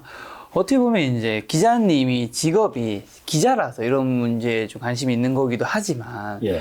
이제 저는 이제 재테크 콘텐츠를 만들다 보니까 대부분은 사실 이제 재테크 입장에서 생각한다면 우리 개인의 우리 가족이 얼마나 돈을 벌고 그리고 가족이 잘 먹고 살고 부동산 투자를 얼마나 우리가 행복하게 살아가는지 이런 데 관심이 많잖아요. 예. 왜냐하면 저도 관심 많아요. 나이가 들면 들수록 사실 예. 그 더 큰 이야기, 예. 더 큰 정의, 더 큰 남의 남의 그런 거에 관심을 갖는 게 생각보다 참 어렵다라는 생각이 좀 많이 들더라고요. 그럴 뭔가 바쁘다 보니까 여유도 없는 것 같고. 예. 기자님은 어쨌든 이런 거에 관심이 갖다 보니까 그러니까 나의 이제 문제에 초점을 맞춘 것도 있겠지만 거기서 어쨌든 남들보다 바깥에 관심이 많이 가지시니까 그로 인한 힘듦이나 뭔가 고충도 좀 있으실 것 같아요. 그 정서적으로, 멘탈적으로. 어떠세요? 그런 건 솔직히 별로 없어요.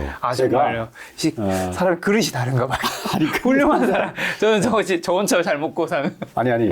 제가 제 후배들한테도 항상 말하고 제 딸내미한테도 항상 말하지만은 제가 적지 않은 인생을 살아보니까 네. 가장 최고의 실력은 저는 체력이라고 생각하거든요. 체력. 체력이 정말 실력이더라. 그렇죠. 제가 뭐 왜 이 얘기까지 나오는지 모르겠지만 그러니까요. 제 생각에는 제가 체력이 굉장히 좋거든요. 네. 지금도 거의 매일 그 테니스를 치거든요. 아, 맞다. 테니스 친다 하셨다. 이것처럼 정말 체력이 그 좋아지는 운동이 없는 것 같아요. 그래서 제가 이제 사실 뭐 이제 얼마 안 있으면 정년이잖아요. 네네. 정년 퇴직해야 되는데 네. 아직도 이런 그 취재를 할 수 있는 뻑하면 소송 걸리는 이런데 내가 발을 담글 수 있는 이유가 네. 체력이 되기 때문에 네. 그냥 대충 우리 그 많은 기자들 다 그런 건 아니고 많은 기자들이 그냥 야, 이 정도면 됐어. 아유, 지친다. 그냥 이 정도면 됐어. 이 정도면 내보내도 돼. 뭐 대부분 마지막- 직장이나 저나 같은 답은 다 비슷하죠. 여기까지 하자. 마지막 그 한 고개를 더 넘을 수 있는 체력이 부족하기 때문에 그냥 거기서 포기하다가 그게 큰 그야말로 대마를 잃어버리는 전체적인 그 흐름을 갖다 무너뜨리는 전체적으로 무너뜨리는 네. 그 결과가 돼버리거든요. 그래서 제가 항상 제 후배들한테도 항상 말하는 게 체력 길러라. 체력이 제일 중요하다. 영어 단어 하는 거 의미 없다. 체력이 진짜 실력이다. 제가 체력이 좋거든요. 분노가 세상을 바꾼다라는 책에서 시작한 이야기가 체력을 끝날지는 어쨌든 몰랐지만 체력이 돼야지 내가 한 발짝 더 나아갈 수 있다는 이야기로 결론을 지으면 될까요? 제가 이 책도 그 꼭 책장 사러 나온 것 같아서 그런데 참 그래요. 이 책 그냥 돈 주고 사볼 필요 없이 그냥 도서관에 가면 다 있을 테니까 도서관에 빌려보시면 돼요. 출판사에서 물론 안 좋아하겠지만은. 많은 분들이 도서관에서 그 책 보시면서 재건축 재개발 이슈 그리고 7강구 이슈에 대해서 관심 가지면 기자님께서 아주 매일 하루 행복하게 시작할 수 있지 않을까라는 생각이 들었습니다. 오늘 만난 손님은 홍성훈 기자님이었습니다. 지금까지 소중한 시간 함께 해주셔서 정말 감사합니다. 오늘도 김 작가였습니다. 고생 많으셨습니다. 예, 수고하셨습니다.